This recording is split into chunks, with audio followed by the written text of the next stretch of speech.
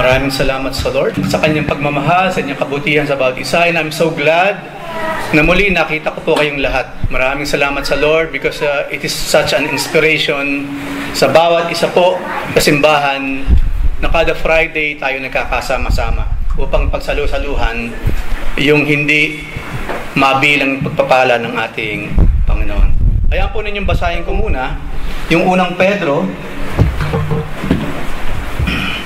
chapter 2 verse 6 to 8. Sa verse 6, sapagkat sinasabi ng kasulatan, tingnan ninyo, inilalagay ko sa Zion o sa Zion ang isang batong panulukan, pinili at mahalaga. Hindi mapapahiya ang sinumang sumasampalataya sa Kanya. Sa verse 7, kaya nga mahalaga siya sa inyong mga sumasampalataya sa Kanya. Ngunit sa mga walang pananampalataya, matutupad ang nasa kasulatan.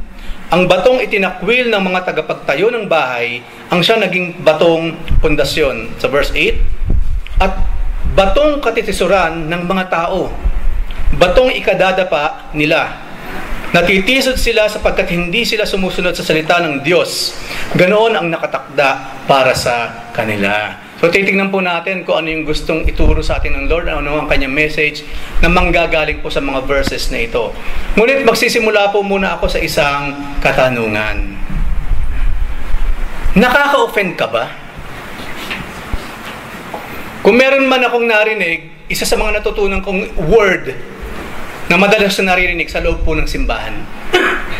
Mula nang ako maging born again many years ago, doon ko lang naririnig itong salitang to, offend. Nakaka-offend naman to. Sa labas kasi hindi mo naman halos maririnig yan eh. Nakakainis siguro. Nakakainis, nakakabuisit, nakakayamot.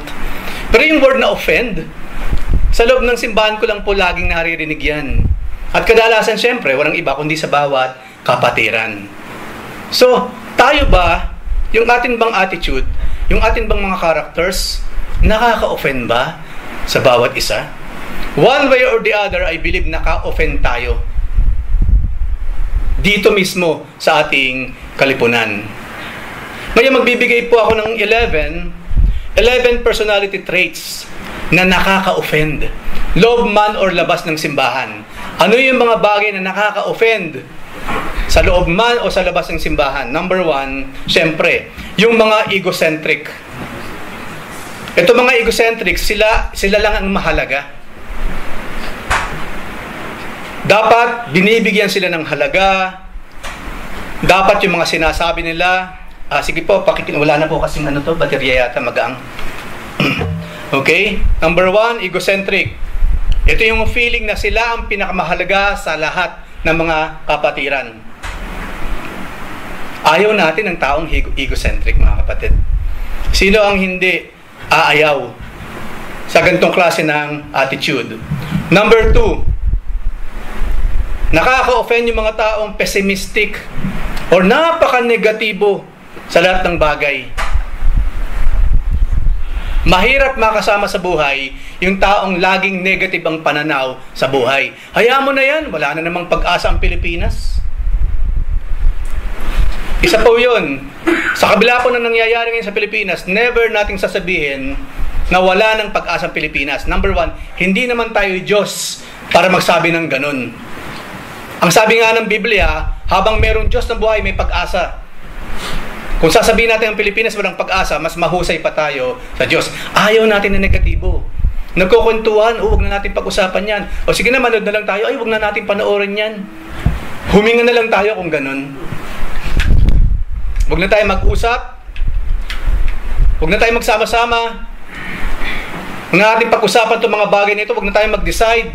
Kasi puro negative naman. So, mag-convert na lang tayo ng oxygen into carbon dioxide. Yun na lang pinakamagandang gawin. Number 3, nakaka-offend yung mga taong needing to be always right. Yung mga taong lagi gusto niya siya ang tama. Nakaranas na ba kayo ng ganung klase ng tao sa usapan? Nagbibigay tayo ng kuro-kuro, di ba? Kumbaga, let's just speaking our mind. We are just shouting out loud, di ba? Sa advertising po, pag meron kami brainstorming, minsan ang tawag namin doon, idiot talk. Kumbaga, let's just say whatever we want to say. Regardless kung out of this world. Kasi brainstorming nga eh. Naghahaka-haka na rin lamang tayo, nag-iisip ng mga out of the box na mga idea. Ibigay mo. Kasi may mga tao, hindi. No? Sila lagi, no. Okay, sino ba may idea? Kailangan lahat tayo dito magbigay ng idea. O ikaw, ano idea mo? Nung magsalita yung tao, walang kwenta yung idea mo. At the end of the day, at the end of the meeting, siya lang pala ang masusunod sa lahat. Ayaw natin ng ganong klase ng tao. Pag-uusapan lang, kailan ba tayo pupunta sa Hidden Valley? O kailan tayo pupunta na naman sa Red Planet or Red Sands? Naging orange na ba siya o naging puti na? Gusto ko makita ulit.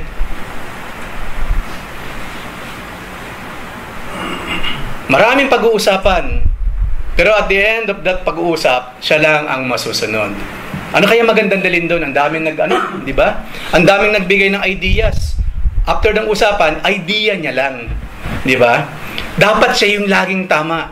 Parang siya na yung Biblia. Parang siya na yung saligang batas. Na lahat ng sabihin niya, ito lang ang tama, kayong lahat, sorry na lang, you're wrong. Ayaw natin. Nakaka-offend po yung ganyang klase ng mga tao. Ano pa? Number 4? Let me try it. Okay, number 4. Sige, hayaan na po natin yan. Number 4, greedy. Ayaw natin, nakaka-offend for us yung mga taong ganid. Laging ginagamit yung word na greedy or ganid sa pera. Pag merong hatian, lagi siya nakakalamang. Pag merong hatian, kahit wala naman siyang kinalaman doon, may hati pa din siya. Diba? Yung mga naghati, halos na ubusan, siyang walang hati, meron pa siya, mas marami pa. Greedy. Maraming taong greedy. Hindi lamang greedy sa pera, siyempre. May mga taong greedy sa oras. Kapatid, may gagawin pa ako. Pwedeng, ikat natin short yung pinag-uusapan natin kasi kung tutusin, paulit-ulit lang, paikot-ikot lang yung pinag-uusapan natin. Ay, hindi, kailangan matapos to. Pag nakalimang ikot na tayo, 10 ikot ng pag-uusap, then, pwede mo nung gawin yung gagawin mo. Maraming klase ng mga taong greedy. Hindi lamang pera, maging sa oras at sa maraming mga kapamaraanan. Iba, greedy sa pagmamahal. Gusto siya nang mahal. Siyempre naman, pang mga asawa, dapat yan ang mahal natin. Pero sa ibang bagay, dapat, di ba, minamahal lahat. Universal ang love. Kaya may mga taong greedy sa pagmamahal, dapat ako lang ang mahal nitong taong to. Number 5, of course, na-o-offend tayo sa mga taong dishonest or sinungaling. Alam niyo ba yung kasinungalingan, sandali lang yung span nun, nabubuking ka agad. Para sa akin, personal ko lang po ito, there's no sense na magsinungaling ang tao kasi nabubuking naman kaagad eh. Una, nagkasala na sa Diyos. Pangalawa, meron nagsisinungaling, booking na siya at the same time yung kinakausap niya o nung taong pinagsisinungalingan niya. Yung tao ngayon, napaka-loving, let's say. Hindi lang sinasabi, hindi lang siya binabara. Kulang na sabihin niya, kapatid, bago ka pa nagsisinungaling sa akin, alam ko na ang buong pangyayari. So, wag ka na magsinungaling. Kung hindi man alam nung kinakausap na nagsisinungaling yung kausap niya, in a very, very short span of time po, booking ka agad yun. Number 1, sinabi po sa Bible, sino ba ang ama ng mga sinungaling? Si Satanas, di ba? Kaya nga po sabi nila, liars go to hell. Why? Because Satan is the father of all lies. Hindi minana ni Satan yung pagkasinungalingan sa iba, sa kanya mismo nagmula ang pagiging sinungaling. That's why Satan is the origin of lies itself. So ayaw po natin ng sinungaling. Magsabi na tayo ng totoo. Diba? Magsabi na tayo ng totoo. Ayaw po kasi natin nang meron nagsisinungaling sa atin, kaya ayaw din nilang kapag tayo nagsisinungaling sa kanila. And of course, ano pa po yung mga nakaka-offend? Number 6, yun po yung mga judgmental o yung mga mapaghusga. Marami pong mga natututong manghusga kasi bunsod na rin ng ibang judgmental din. Because that is also my personal experience. Hindi ko pa nakikita yung tao, wasak na siya sa akin because of someone else. Yung taong yan, Kuya Eric, ganito yan. Ganyan yan, Kuya Eric, ganyan. Ngayon, ilang beses ko yung naranasan na hindi naman pala totoo. Kung hindi man ganun, yung character assassination, hindi po gawain ng isang Kristiyano yun. yung mapatinirang puri, yung pagiging judgmental, nilagyan mo na ng tundok yung tao, hindi po yan gawain ng isang Kristiyano. Ang Diyos nga, hindi tayo tinutuldukan. Hanggat buhay ang tao, may pag-asang pumunta ng langit. Regardless ng kanyang sitwasyon sa buhay, regardless ng kanyang relihiyon, kapag buhay pang isang tao, hindi pa tapos ang Diyos sa kanya. So tayo po, wag judgmental. At iiwasan po natin mag-character assassinate. Wag natin gagawin yun kasi po, ganun mismo ang ginawa ng mga unbelievers, ng mga Pariseo kay Jesus Christ Himself. Ayaw natin ng ganun. Nakaka-offend po yung mga taong judgmental. Number 7. Ito, kadalasan hindi nahalata pero kailangan natin ng wisdom para malaman natin biktima pala tayo ng bagay na ito. Number 7. Yung mga taong manipulative or manggagamit. Nakaka-offend po yan. Hindi ba madali namang mabuking kung nanggagamit lang yung tao, ginagamit lang tayo?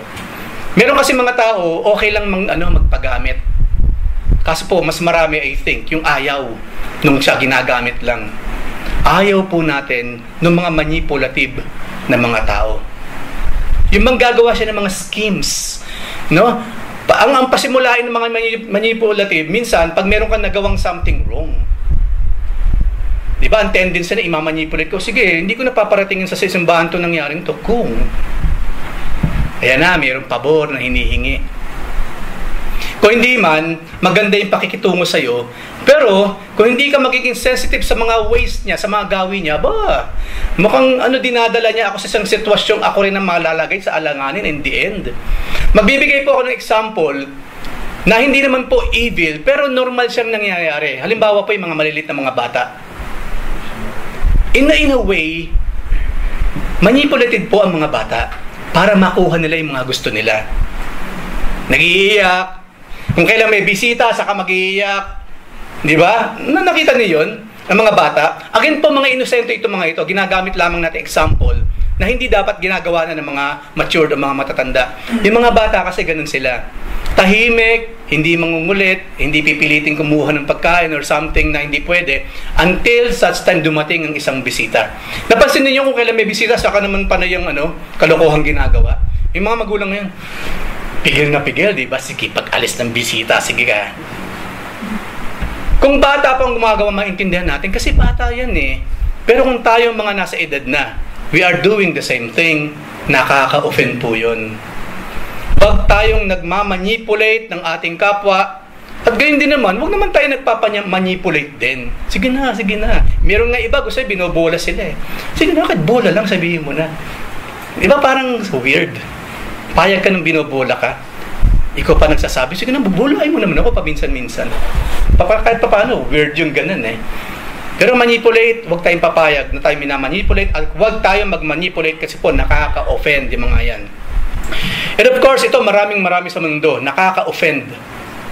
And that is narcissistic. Sila po yung mga I love myself so much. Alam niyo po yung kwento sa Greek mythology ni Narcissus, yung Greek god. Nakita niya sarili niya sa tubig. Na-inlove siya sa sarili niya. Yun po yung kwento ni Narcissus. Kaya wag niyo napapangalan ng Narcissus sa mga anak ninyo kasi po mga yan. Pangit kasi yung dinadala ng kanyang pangalan.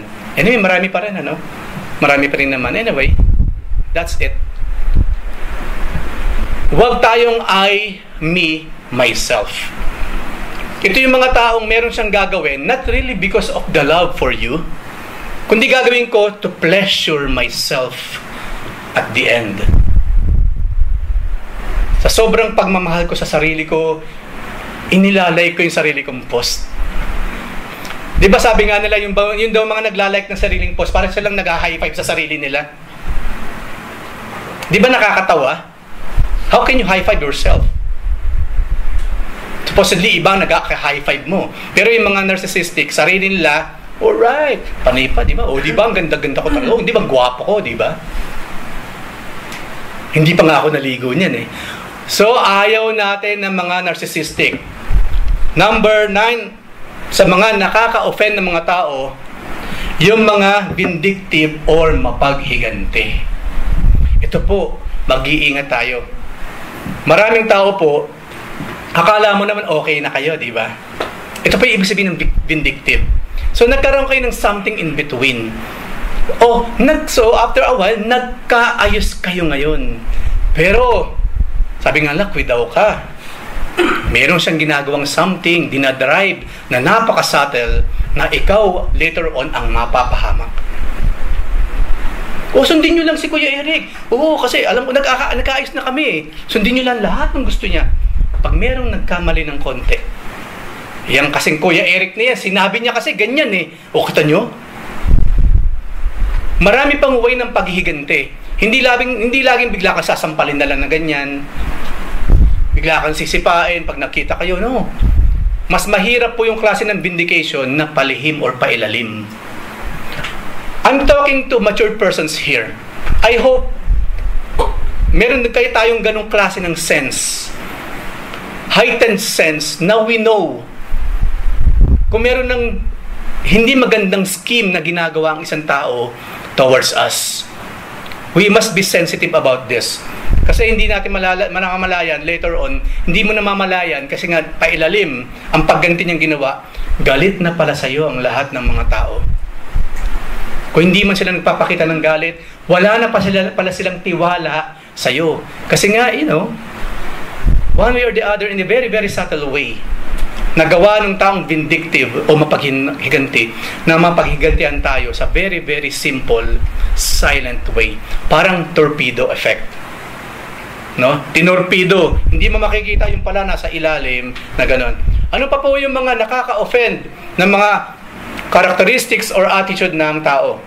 And this one is napaka-prevalent niya. Kaya dapat po maging maingat din tayo. Yung pong mga predatory attitude. Yun po yung mga taong masama ang hangarin.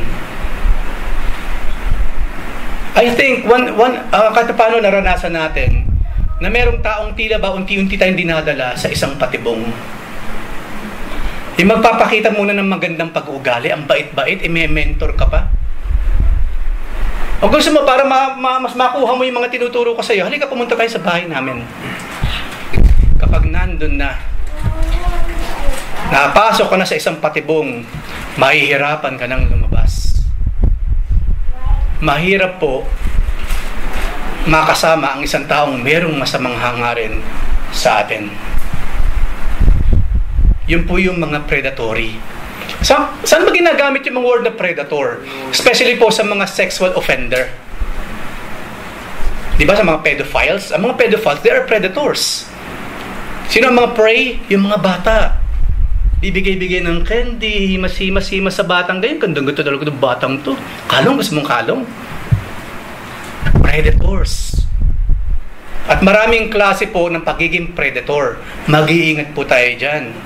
Andiyan yung sa simula, syempre, massage muna. Naku, mukhang nangangala yung braso mo, sister. Alam mo ba na marunong mo mag-massage?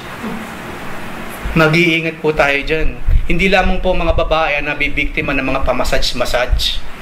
Even mga lalaki po, nabibiktima niyan. Maraming predators around. Marami pang predators around. Mag-iingat po tayo. Huwag tayong papasok sa isang patibong. Mahihirapan tayong lumabas. At minsan, babalik ta rin pang kwento. Hindi, pinilit niya akong daling ko siya sa bahay. At pinilit niya akong i-massage ko siya. Talagang babalik ta rin. Siya po ang merong masamang pagnanasa sa akin. Lagot. So, nakaka-offend yung mga taong predator o merong masamang hangarin in guise ng isang magandang pakikitungo. And panghuli po, marami po yan, pero panghuli na lamang. Ano pa yung mga nakaka-offend talaga ng klase ng mga tao? Yung mga hindi marunong magpatawad. Ang Diyos na nagsabi, hindi ko patatawarin ang kasalanan mo kung hindi ka rin marunong magpatawad ng iba. Alam niyo po bang maraming Kristiyanong nagdadasal everyday? Na panay din ang hingi ng kapatawaran sa Diyos na hindi naman pinapatawad. Why? Simple lang, di ba? Sinabi ng Panginoon, kung gusto ninyo maging katulad ng Amang nasa langit, learn how to forgive others. Dahil hindi kayo patatawarin ng Amang nasa langit kung hindi muna kayo nagpapatawad na inyong kapwa. Sabihin ko sa inyo, mag-fasting man tayo ng 1 buwan ng 40 days. para humingi ng tawad sa Diyos sa ating mga kasalanan, hindi po tayo patatawaran. Simply because why? Meron tayong mga kasama, mga kapatiran, mga masabuhay, hindi natin mapatawad. Hanggat hindi po tayo nagpapatawad, gabundok man, nagiging gabundok na ang ating mga kasalanan na akala natin na absuelto na ng Diyos. Tandaan po natin, kapag hindi tayo marunong magpatawad ng kapwa, anumang klaseng paghingi ng tawad ang hihingi natin sa Panginoon, walang mangyayari. Our sins will remain. We will continue to be unforgiven by God. So mahalaga po sa tao yung marunong magpatawad. Ang tunay na pagpapatawad, wala nang sinasabi pang iba. Minsan kasi may trigger yan eh. Ibang akala mo napatawa, akala mo ayos na kayo, di ba? Akala mo okay na kayo, nagkapatawaran na. Pero merong trigger na mangyayari, and you will see kung tunay na nagpatawad na talaga siya o hindi. So nakaka-offend po yung ganyan. Kasi lagi niyang uukalkalin, lagi niyang huhukayin yung nakaraan. Mga kapatid, madalas na natin sinasabi, anumang nakalibing na, pag hinukay natin, mabahong-mabaho na yan. Walang matinong tao ang huhukayin yung bangkay sa ilalim, ilalabas. Ganun din po yung mga hindi marunong magpatawad. Kunyak, napaka-superficial. Okay na yun. Huwag na natin pag-usapan yan. Huwag na. Hindi po ganun kasi yun.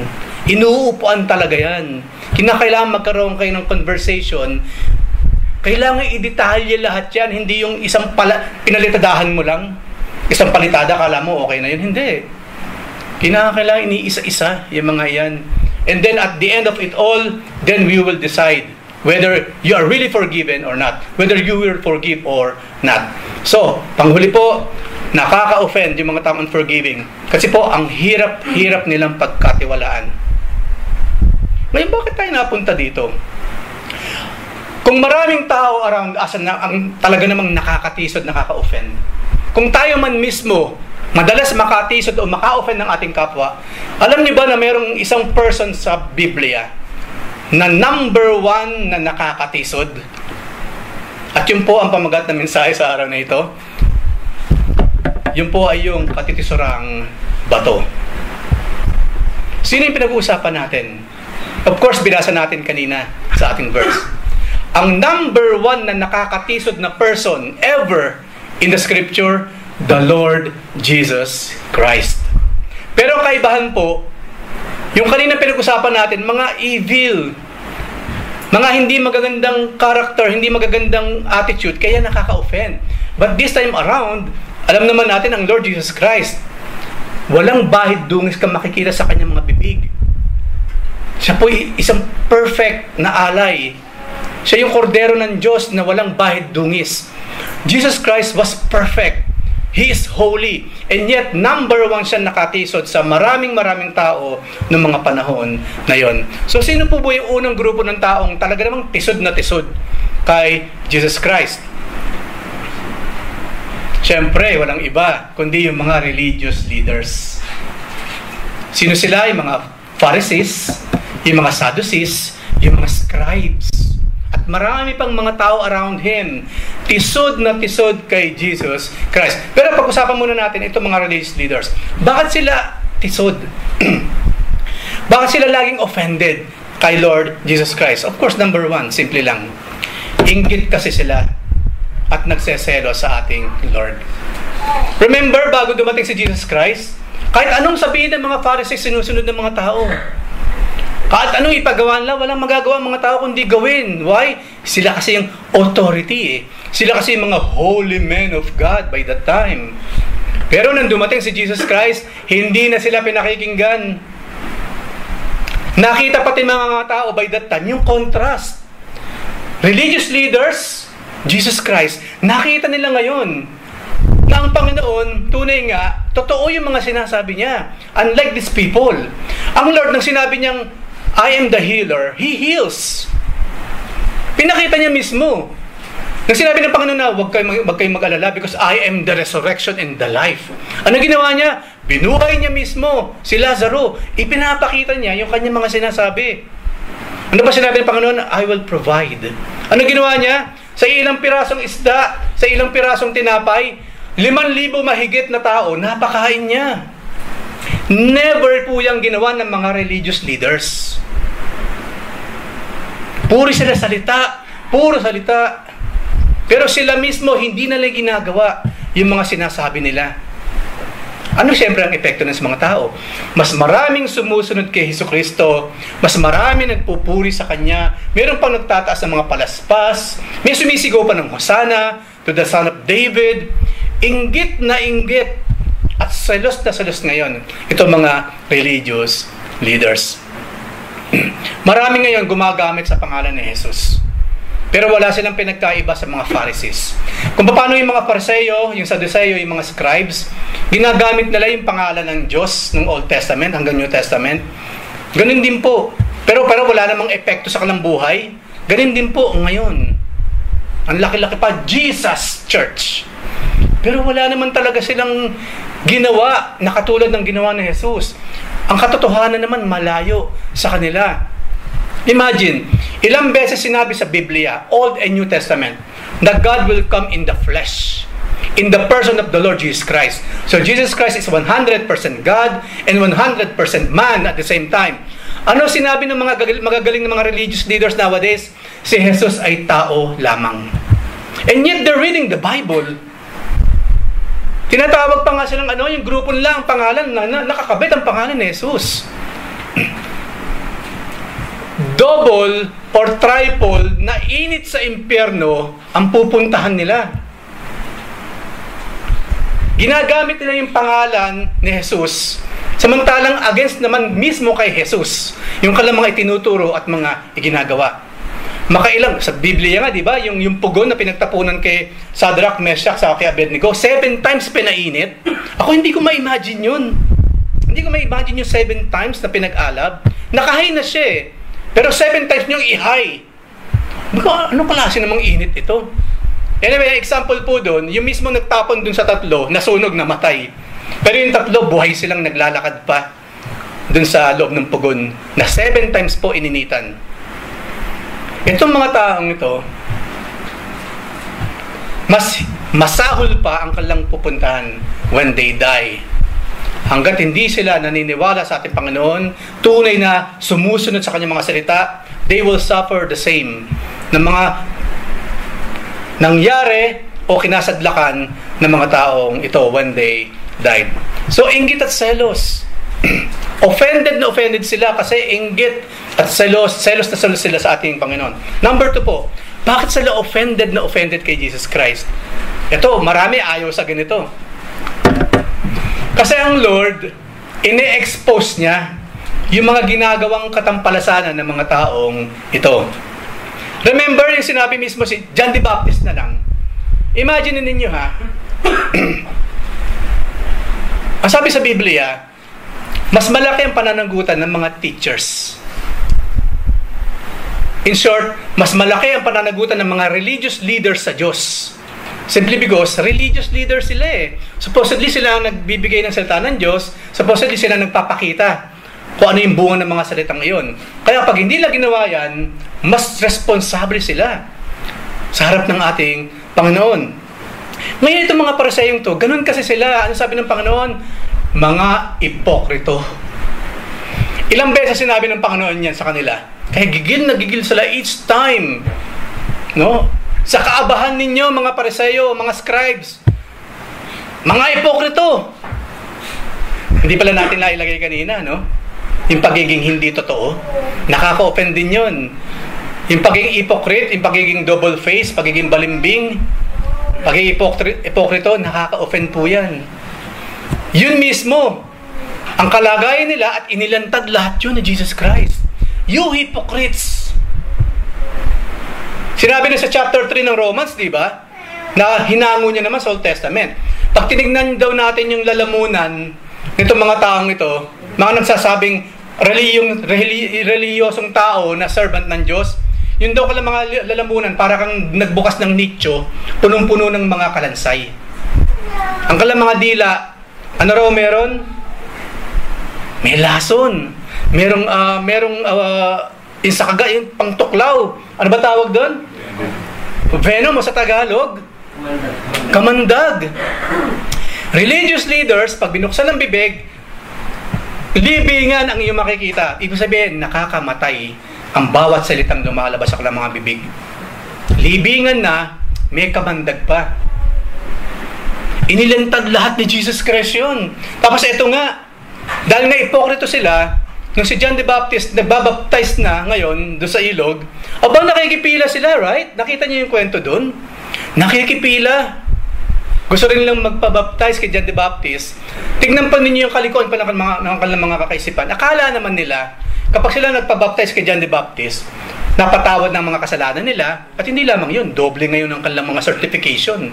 Hoy, hindi lamang kami teachers ng law, ng Judaism, nagpabaptize pa kami kay John the Baptist, na even though hindi namin kinikilala, but anyway, certificate din yun, meron pa kami nun. Kaya ano sinabi ni John the Baptist, makita tayo nakapila sa likod, yes, ikaw dyan sa likod, mga lahi ng ulupong, akala ninyo makakaligtas kayo sa kapahamakan, sa ginagawa ninyong pagpila-pila dito, o kunya-kunyarihan pa kayo magpapabaptize? Inilantad lahat yun. Ano ginawa lang kay John the Baptist nang gawin ni John the Baptist yun? Pinugot ang ulo. Alam niyo, let me tell you this story. Kung gaano ka-evil ang tao. So si John the Baptist, ang ministry niya siyempre, isiwalat yung kasinungalingan, pagiging ipokrito ng religious leaders, and of course, ng Herod himself, ng hari himself. Ngayon, minsan, itong anak ng hari, or pamangkin or what, birthday ng babae, ng bata. Alam niyo kung ano yung hiningang regalo ng batang babae sa birthday niya? Tinanong siya ng hari, ano gusto mong regalo ko sa iyo para sa birthday mo? Sabihin mo, ibibigay ko kahit ano pa yan. Ang sabi ng batang babae, ibigay po ninyo sa akin bilang regalo ang ulo ni John the Baptist na nakapatong sa isang plato. How absurd! Demonyo lang ang pwede mag-request ng ganun. Sa ngayon, ISIS lang ang gumawa nung araw. At ngayon, ginagawa nung nung kalaban ngayon ng bayan ng Diyos. Imagine niyo, ano nangyayari kay John the Baptist? Patay. Pinugutan, nilagay sa plato, ito na ang regalo ko sa iyo, iha. Ngayon, ilang beses naman paiinitin ng impyerno para doon sa batang babaeng yun. Maging sa hari. Kaya inggit sila, selos, kaya sila ayaw nila kay Jesus Christ dahil malalantad yung kanilang darkness. Hindi lang basta darkness. It's so much evil. Kung maghahanap kayo nung araw ng mga inaalihan ng demonyong hindi nangingisay o hindi kuba, sila yun. Hindi po lahat ng inaalihan ng demonyo bumubula ang bibig. Minsan nga, lang yung kagat ng aso eh. Hindi lahat ng inaalihan din ng demonyo namumula mata. Hindi lahat po na inaalihan ng demonyo nangingisay dyan. Di ba? Hindi. Marami po inaalihan ng espiritu ng demonyo. Napaka-normal na tao. Napaka-regular.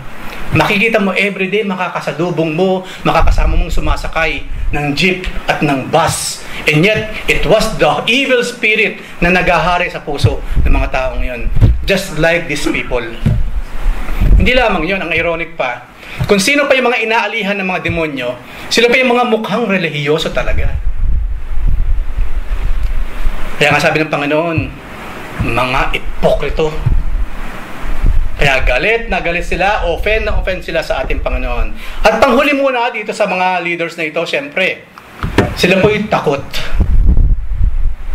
Offended sila sa ating Panginoon because they fear the Lord. Alam niyo ba na isa sa sign ng fear, yung lagi kang tinutuligsa? Walang ginawa kundi siraan ka, tuligsain ka, pasinungalingan lagi lahat yung sinasabi mo because they are afraid of you. So they want to destroy you. At ganun mismo ang ginawa nila sa Panginoon. They try to destroy the Lord Jesus Christ, but they cannot. Hindi lang magagawa, hindi lang kaya. Unless dumating yung time na itinakda mismo ng Panginoon, it happened to Him. Pero hindi pa nangyayari yun, they are fearful. Ngayon, anong klaseng takot ba pinag-uusapan natin? Takot ba yung mga Pharisees, yung mga religious leaders sa pwedeng gawin sa kanila ni Jesus Christ once they died? Yun ba yung reason? Alam niyo, hindi po. Number one, bakit natin sasabing hindi yun ang dahilan kung bakit sila takot kay Jesus Christ? They don't believe the Lord Jesus Christ. Lahat ng sinasabi ni Jesus Christ, kasinungalingan para sa kanila. So why are they fearful? Bakit sila takot kay Jesus Christ? You know what? Saan talaga natatakot yung mga taong ipokrito, yung mga religious leaders na katulad nito? Takot sila sa pwedeng maging epekto ni Jesus Christ sa kanilang buhay once na si Jesus kanilang welcome. They don't want to change their lives. Ayaw nila si Kristo pumasok lang sa kanilang buhay kasi mas mahal nila yung mga kalokohan, mga kasamaan, kasinungalingan na kanilang ginagawa. We are so much afraid mabago ni Jesus ang aming buhay. That's why they are afraid of the Lord. Now, how evil is that? Wala nang ibang ika-i-evil pa, kundi ibigin ng isang taong makasalanan ang evil. That is so evil. And yun mismo ang ginawa ng mga taong ito. So that's why they are offended by the Lord Jesus Christ. So marami po yan, pero dito na naman tayo sa tatlo. Why? Kasi po ipapasok natin, ngayon naman sa ating panahon siyempre. Kung pinag-usapan natin sa New Testament, how about now? Bakit maraming tao sa mundo offended kay Jesus Christ? Bakit maraming tao sa mundo offended sa gospel? Offended sa Biblia, offended sa Scripture. Kapag nag-post ka na naman ng Bible verse, nako, ito na naman to. Nilalampasan, ayaw. Maniniwala ba kayo may mga taong ayaw makakita ng katotohanan? Ayaw malaman yung katotohanan? Thousands and thousands po ang dahilan kung bakit maraming tao mas gusto pa niya yung mga bagay na kasinungalingan kesa katotohanan. Anyway, tignan po natin, number 1. Bakit tisod ang maraming tao kay Jesus Christ o sa kanyang mga salita? Why? Siyempre, number 1, again, inggit din sila at selos. Ayaw nila. Tayo mismo, bago tayo dumaro sa simbahan, sa church, bago tayo tumanggap kay Jesus Christ, ano muna yung mga nararamdaman natin? Nung may mga kapatiran, may mga kasama tayo sa kwarto, nang nagsishare ng gospel, ano yung nararamdaman natin? Number 1, kasama dyan yung yabang eh. Alam mo naman to kung sino matalino to kung magsalita. Muntalang mas mataas pa yung pinag-aralan ko. Sa 4th floor kami, siya sa ground floor siya. Mas mataas ang pinag-aralan ko sa kanya. Una yung pride, di ba? Yung pride. Kaya pag mayroong someone nagsasalita about the Lord Jesus Christ, about Jesus Christ Himself, naiinggit, saka nagseselos, parang ano to, bigla siya naging teacher. Inggit at selos. Andiyan yung mga, baka lumampas ka na sa langit niyan. Langit na nga pinag-usapan natin, may masama ba na tayo pumasok ng langit? At kung meron pang itaas ang langit, lalampasan pa natin. Maganda kung ganun. Right? Maganda kung ganun. So wag natin pipigilan ang tao, ang sino man, kapag sila nagbabahagi ng salita ni Kristo at si Kristo mismo. Kasi kapag nire-reject natin dyan, we are just inggit or selos sa kanila, sa ginaganawa ng Diyos para sa kanila. Again, my personal experience nung kami po yung nagbabahay-bahay nun, ganun din ang nangyari sa amin nun. Di pumasok kami sa isang bahay, napaka-ganda pa ng pakikitungo sa amin nung may-ari ng bahay. Yun nga, kasi gusto naming mag-share ng gospel, baka gusto po rin pag-usapan to. Pinapasok naman kami ng maayos ng tao. Hindi lamang yun, hindi ko makalimutan, yung mainit na hopya at malamig na gulaman. O diba, ang ganda ng pakikitungo. I mean, yun ang number 1 na merienda by that time. At hanggang ngayon, I think hindi mo may pagpapalit yun sa iba. Mas gusto ko hopyang mainit kaysa donut, mga kapatid. At least munggo pa yun, mas masustansya, right? Anyway, muna natin pag-usapan yung mga pagkain na yan.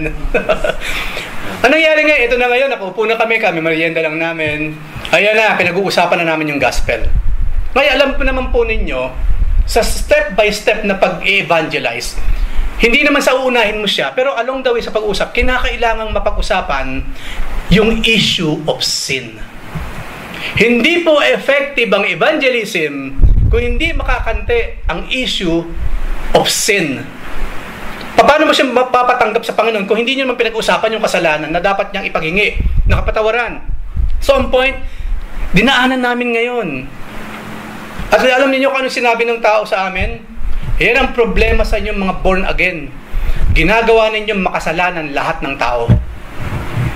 Natigagal kami ngayon. Kulang lumabas talaga yung kinain namin gulaman sa karopya eh. Kaya nagulat kami ng kasama ko kasi dala-dalawa kami eh. Meron akong disciple nun eh. Sinasamahan kong mas bata sa akin by that time. Siyempre natahimik kami kasi nagulat kami sa biglang pag-iikot ng kanyang karakter. Biglang pagbabago ng kanyang pakikitungo sa amin. So doon namin nakita na maraming tao talaga, they are what? Offended by the truth. Offended kapag pinag-uusapan na yung kasalanan kinakailangan ng harapin at isuko sa ating Panginoon. Meron silang inggit at selos. Kaya sinabi niya sa amin, yan ang problema sa inyong mga born again. Ginagawa ninyong makasalanan lahat ng mga tao. Well, hindi namin sinasabing kami walang kasalanan. That's why we are born again in the first place. Kinailangan namin ma-born again. Kasi nga punong-puno kami ng kasalanan noon. But then again, of course, they will never listen. Siyempre, malungkot kaming umalis dun sa bahay. Pero at least may laman ng tiyan. Okay. Number, sa Lord naman galing yan, di ba? Nilikha ng Lord ang munggo. Ang trigo, ginawa ng Panginoon. So, inayos lang niya eh. Ipinackage lang niya na maganda. Number 2. Why? Ayaw nilang sumunod sa ating Lord. Offended sila kasi ang feeling nila, ginagawa ko na naman lahat ng tama eh. Di ba, again, yung example natin, yung rich young ruler, nung panahon ni Jesus Christ, Lord, nagawa ko na po ang 10 utos, ano pa bang dapat kong gawin? Good teacher, nagawa ko na po itong lahat, ano pa bang dapat kong gawin? Nasabi naman ng ating, yes, good teacher, the Lord Jesus Christ, ang ating great rabbi, ibenta mo lahat ng ari-arian mo, yung mapagbebentahan, ipamigay mo sa mahihirap. Nalungkot siya, tumalikod, hindi na nagpatuloy sa pananampalataya o sa gusto niyang simulang relasyon with our Lord. Yung pong hindi pagsunod, in short sa English, disobedience. Isa po yan sa nagbubunsod sa tao para hindi makapasok sa pintuan ng langit. Kasi obedience naman ang next step eh. After salvation, obedience ang susunod dun. Hindi po pwedeng na born again tayo, naligtas, tapos wala naman tayong sinusunod ng mga salita ng Diyos. Obedience. Ano ba yung mga first steps of obedience para evangelism na ito? Ano ba yung mga first steps of obedience na pwede ipakita ng isang tao? Ngayon, nagpasailalim na siya sa pagiging hari na ating Panginoon. Ano yung dalawang una? Lord's Supper, saka water baptism. Those are the 2 first steps sa obedience na pwede ipakita ng tao kung talagang si Jesus naghahari na sa kanyang puso. Kaya nga po, lagi nating hinihimok ang bawat isa. Kung talagang tinanggap mo na ang Panginoong Jesus, disin sana, madali na for you to follow, to obey those 2 simple steps na kasunod ng kaligtasan. At maraming salamat sa Panginoon. Nandun naman lagi ang paghipunin niya sa puso ng bawat isa, yung conviction ng Holy Spirit. Kaya yung mga kakapatirang ayaw magpabaptize noon, later on, nagpasailalim na rin naman sila sa baptism. Kaya po, iba po yung kagalakan nararamdaman ng mga ministers kapag alam nila yung taong ito, ang tagal na natin kasama. Pero hindi pa siya nagpapabaptize. Napakahalaga noon. Yun ang first steps. Parang baby, nung magsimulang maglakad, yun muna. Bago pa yung maraming lakad, bago pa yung takbo, yun munang 2 steps na yun, napakahalaga nun. Ganun din kasi yung pagdiriwang ng Lord's Supper sa kanang water baptism. So obedience po, ayaw kasi nilang sumunod sa ating Lord. Meron 10 commandments. Napaka-imposible pa namang sundin ng 10 commandments. Pero kaya nga dumating ang Panginoon Hindi mo masusunod lahat yan. I am here. Sa ganon, kapag since nasunod kong lahat ang kasulatan, it will be imputed upon you, unto you also. Kaso nga, ayaw kasi. Ang dami pa namang mga do's and don'ts sa Bible, di ba? Ang dami. Sa 10 Commandments lang, ilan na yun? 10 ka agad. Kung babasahin pa natin yung Deuteronomy, yung Leviticus, ang dami, lalo nang mas marami yun. Kahit napakasimpleng bagay, may do's and don'ts. Mga bagay na marumi, mga bagay na hindi marumi. Ang dami po niyan sa Biblia. Ang dami po. Pero yung 2 lang yun, mauna siya. Pero yung pinaka-prior to that, and that is to accept the Lord, kailangan po yung gawin ng mga taong mayroong pagtitiwala sa Kanya. So, bakit sila na-offend? Ayaw lang sumunod sa Panginoon? Of course. Ayaw lang sumunod sa salita ng ating Lord. Number 3, bakit maraming tisod sa ating Lord? Of course, nabanggit ko na rin kanina, yung pagiging pagmamataas. Nabanggit po natin na nakaraan, pride goes before destruction. Nauuna ang pagiging mayabang bago ang pagbagsak. Nauna ang pagmamataas bago ang pagbagsak. Ang Lord mismo nagsabi na God loves the humble. Kasi yun mismo yung pinakita ng Panginoon. Sino pa ba yung perfect example ng humility? It's only the Lord Jesus Christ. Why? Diyos siya. Creator natin, biglang isang araw kasama natin mismo. Di ba lagi pong ginagawang example? Halimbawa, inventor ako, naka-invento ako ng kunyari ng washing machine. Ngayon, sa sobrang pagmamahal ko sa washing machine, nagkatawang washing machine din ako. Of course, imposible natin gawin yun.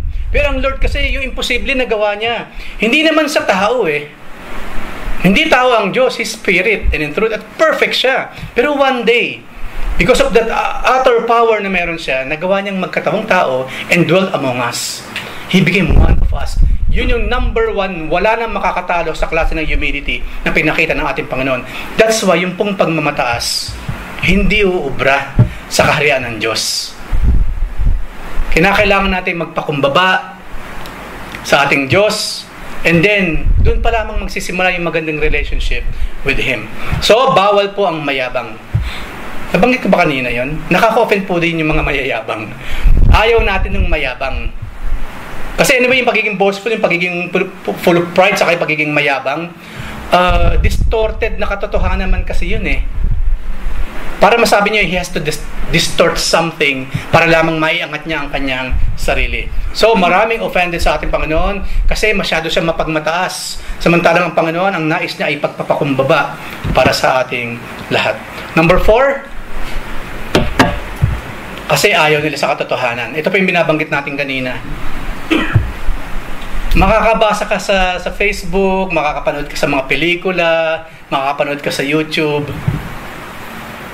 Magsinungaling ka lang kaysa malaman ko ang katotohanan.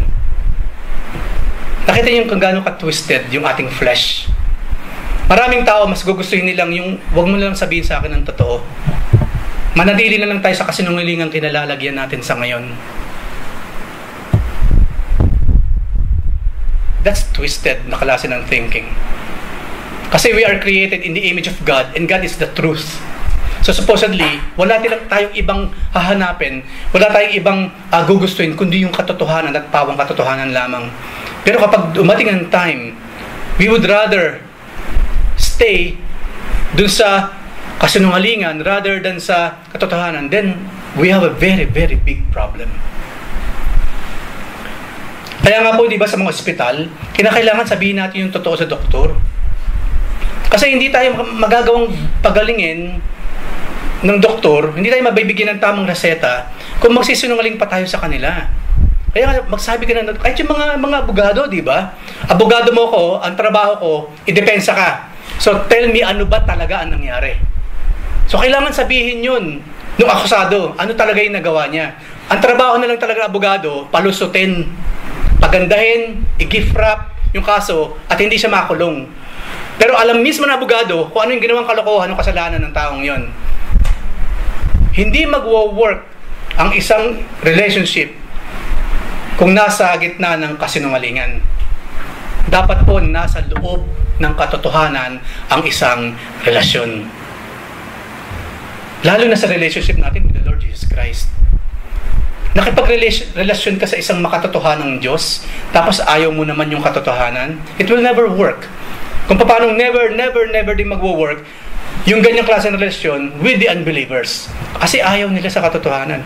Masyadong masakit. Ganun talaga. Masakit talaga ang katotohanan. So what can you do? Mas gusto bang mamatay ka na lang na namumuhay sa kasalanan at mapunta sa impyerno? Kaysa harapin mo siya at masaktan ka minsan ng ilang taon, pero pag namatay ka, langit ang punta mo? Diyos! Masasaktan ka ng ilang taon, ilang buwan, o hindi ka masasaktan pero sa impyerno forever and ever. Hindi lamang sakit ang mararamdaman doon, kundi eternal punishment from our God. Ayaw nila. Lalo na sa mundo ngayon, mga kapatid. Me, myself, nakita ko, even yung mga news outlets, hindi po natin talaga 100% mapagkakatiwalaan. Bias din talaga lahat. Yung kapuso, yung kapamilya, yung maging sa mga bias din lahat. Sabi ko, saan pa ako makakakita talaga nung talagang totoo na mapagkukuhanan ko ng impormasyon sa mga nangyayari everyday. Kaya pinagpe-pray na lang, Lord, hopefully ito pong naririnig kong report nila, this is based on accurate events. Hindi yung, mayroong pinagtatakpan o mayroong pinapanigan. Ang mundo ngayon kasi punong-puno po niyan, mga kapatid. So ayaw nila sa katotohanan, to the point, ang mga schools po, ang mga eskwelahan ang ginagamit ng government para yung mga bata lumaking maayos. Pero imagine kung yung mismong school, pumapatol sila sa mga pawang kasinungalingang klase ng mga paniniwala. Ano mangyayari sa mga bata? Hindi ko lang alam po ngayon kung itinuturo pa rin sa elementary na yung mga tao nang galing sa kawayan. Naalala niyo yun? Kasi nabutan ko yun eh. Actually, yung kinder hanggang grade 6 po, sa Catholic school ako nag-aaral. Pero yung tinuturo naman doon, saan nagmula ang tao? Pinabiyak na kawayan, at sa loob nun, nandun ngayon dalawa, si Malakas sa kasi, maganda ba tawag doon? Kung mabait na lang. Kaya yung lalaki, malakas na lang, hindi na gwapo eh. Okay, si Malakas at si Masipag, let's say. Bakit hindi ba ituro yung totoo? Eva at si Adan nilikha ng Diyos. Nakita niyo yun? Pahihirapan ba yung bata ngayon? Paglak ng bata, teka muna. Ang alam ko talaga sa kawayan eh. Ano ba yung pinagtuturo dyan sa church na yan? Sa kawayan ang galing ng tao. And that's it. Nakita niyo yun? Yung pamismong institution, na supposedly malit pa lang yung bata, katotohanan na yung tinuturo, kasi nungalingan ka agad. At may mga school ngayon, o bakit hindi ka naka-Halloween attire? Imagine that, hindi ba naging, sabi ni Tani, yung mga bata o bakit hindi ka Dracula? Hindi ba naka sa'yo, Dracula ka dapat? Ikaw, dapat impacto ka, ba't ganyan ang suot mo? Hindi ba?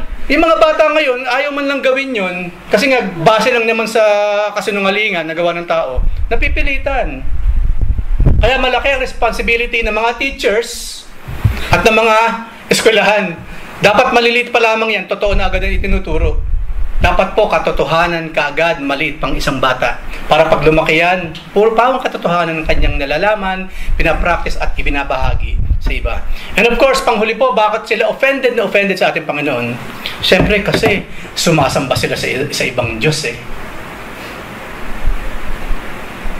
Kasi sumasamba sila sa ibang Diyos. Ayaw ng Diyos. Pangalawa yan, di ba? Yung pagsamba sa ibang Diyos. Alam po ba ninyo kung bakit kinamumuhian ng Diyos yung pagsamba sa ibang Diyos? Alam niyo kung bakit? Number 1, wala naman talagang ibang Diyos kasi. Walang ibang Diyos. Ilang beses sinabi sa Bible, there's only one God. And God, that's our God, si Yahweh. Siya lamang nag-iisang Diyos. There is no one like Him. There's no God like Him. Kaya pag mayroong tao biglang sumamba sa ibang Diyos, ang Diyos ngayon, ano nangyari sa utak ng taong to? Bakit siya sumasamba sa imahinasyon? Kaya nga po, Diyos-Diyosan ang tawag. Diyos-Diyosan kasi imaginary God lang yun. Pero doon sila sumasamba. We Christians, and even the Jews, sumasamba tayo sa tunay na Diyos, kay Yahweh, kay Elohim. But as Christians, we know that God was, dumating bilang in the flesh. So we worship Him and we call Him the Lord Jesus Christ. Yung iba, sino ang sinasamba nila? Non-existing gods. Ano ang tawag ninyo sa isang tao kapag meron siyang kinakausap na wala naman? Di ba, basag ang pula? Di ba tawag doon? Nawawala na naman sa sarili yung isang to. Kinakausap niya yung sarili niya o kinakausap niya yung pader. Minsan butiki pa eh. Di ba? Kung tao pag-uusapan natin, kapag ikaw sumasamba, nakikipag-usap, nag-aalay sa wala, anong tawag sa'yo? Wala rin to. Hangin ang laman ng skull. Hindi lamang po, mas mataas na antas po yung kaysa kasinungalingan. Hindi sila naniniwala sa tunay na Diyos, naniniwala sila sa walang Diyos, sa hindi nag-i-exist na imaginary God na meron. That's why God is so angry, punong-puno ng wrath about pagsamba sa Diyos-Diyosan. Yung nakikita natin, nabanggit natin na nakaraan, mga gawa sa ginto, yari sa pilak, sa tanso, sa kahoy, ngayon po sa plastic, sa marble, they are non-existing. Hindi sila nag-e-exist. And yet, ang mga tao ngayon, dun nagbibigay ng ang kawawang sampagita, ayan, kawawa naman sampagita, no? Paborito ko yan kasi napakabango naman talaga. Kaya lang pag naamoy mo, iba na kaagad ang nainisip, pansyong. Kasi na-stereotype yung mga sampagita sa pansyong, sa mga ganung lugar ng pagsamba sa Diyos-Diyosan. Pero maganda sana siya kung pwede lang. Di ba? So, ayaw nila sa Panginoon because they would rather believe in something na hindi nag-exist kesa kay Jesus na nag-exist forever and ever throughout eternity. That's why they don't like Jesus Christ. They are offended by His words itself. Ngayon tayo narito. One way or the other, naka-offend tayo ng ating kapwa. And I hope na kapag tayo naka-offend, we are willing to adjust. Alam ko, hindi Kuya Eric, iba-iba naman kasi ang tao kasi. Ito naman, biniro ko ng ganun, okay lang sa kanya, nangingisay pa sa katatawa. Doon siya naman ang biruin ko ng design, biglang galit na galit. Ganun talaga. Hindi natin pwedeng tratuhin ng bawat isa katulad ng bawat isa. Everybody is unique. Kung nag-click sa kanya yung joke mo, malaking possibility, hindi yan mag-click sa isa. Ganun din ang Diyos sa atin, right? Kaya ang ating accountability sa Diyos, personal. Hindi as a group. Personal po. Ano man yung pananagutan ko sa Panginoon, kaming dalawang nag-uusap. Ano man ang pananagutan niyo sa Panginoon, kayo-kayo lang ang nag-uusap with God. Wala pong grupo-grupo pagdating doon. Wala po. Kaya, number one, make sure hindi tayo offensive. Mag-iingat tayo. Kapain muna natin ang bawat isa. Kasi po doon nagsisimula yung offend Pag ginamit natin sa iba, yung bagay na sa iba, ubra, sa kanya naman pala, hindi. Or sadyang may mga bagay tayo sinasabi at ginagawa, kahit kanino nakaka-offend na talaga, kapag na-realize natin yan, stop it. Let's stop that. Kung meron mang ma-offend sa atin, dapat yun yung mga unbelievers. At kung bakit man sila na-offend sa atin, dapat because of the Lord Jesus Christ. Not because of our attitudes, not because of our characters na hindi naman talaga maganda. Natandaan po natin, sinabi po sa aklat ng Jude, sa mga huling parte ng Biblia, ang sabi po doon, yung Word of God is already beautiful. It's already truthful, right? Pero gamitin daw natin yung ating mga magagandang pamumuhay bilang adorno na lang. Let us adorn the words of God with our lives, with our good behaviors and conducts. Simply because we are sons and daughters of God. Kaya no wonder, may mga tao rin, hindi ko lang naipasok, pero may mga tao po na offend kay Jesus Christ because of us. Yan ba yung born again? Nakarinig na pa tayo ng ganon? Maring hindi sa atin, pero maring sa iba. Paano ko sasama dyan? Para maging katulad niya? Ang sipag-sipag siya sa church niya, pagdating sa bahay, parang lungga ng daga itong bahay na to, hindi man lang siya kumilos para maglinis or what? Mag-iingat tayo mga kapatid kasi hindi lang po sa loob ng bulwagan ng pagiging Kristiyano, kundi lalong-lalo na sa labas. Kaya po, marami hirap magdala ng kaluluwa ng mga kaibigan sa church, mga kasama sa trabaho, kasi they know kung sino yung taong gusto mag-invite sa kanila. Yung mga tao ngayon hindi sasama, hindi. Pakita muna niya yung na mayroong bunga sa kanya yung word of God na sinasabi niya, bago kami sumama dyan sa piyesta na yan. Kasi balita ko, maraming pagkain doon, masasarap lahat. Pero bago ako sumama, nakita ko muna sa kanya yung sinasabi niya. O, hindi ba? Totoo, hindi. So, ating attitudes, ang ating mga conducts, ang ating mga behaviors, i-align po natin sa words ng ating Panginoon, and hindi na tayo magiging offensive sa ating kapwa. Siya na mismo, maaakit. Because adorned ng ating magagandang mga pamumuhay, yung mismo salita ng ating Panginoon. So, let us be offensive sa kalaban. Pero huwag tayo maging offensive sa Diyos at sa mga kapwa natin mananampalataya. Tayong lahat po, yumuko tayo manalangin. Lord, maraming salamat po sa inyong reminder for us. Maraming salamat, Lord. Ipinakita mo sa amin kung sino yung iba na hindi po namin dapat tularan. At ipinakita mo rin sa amin, Lord, kung sino kami ngayon sa inyong harapan. Lord, we pray na kung nakaka-offend pa po kami ng aming kapwa, tulungan mo kami, Panginoon, to stop these things. Kinakailangan maging magiliw kami sa bawat isa. Magiliw sa pagsasalita, Maghiliw sa aming mga pagkilos upang lalo pong mabigyan ng karangalan ang inyong pangalan. Kaya Father in Heaven, pinupuri ka namin, itinataas. Ito po ang aming samadalangin in Jesus' name. Amen and amen.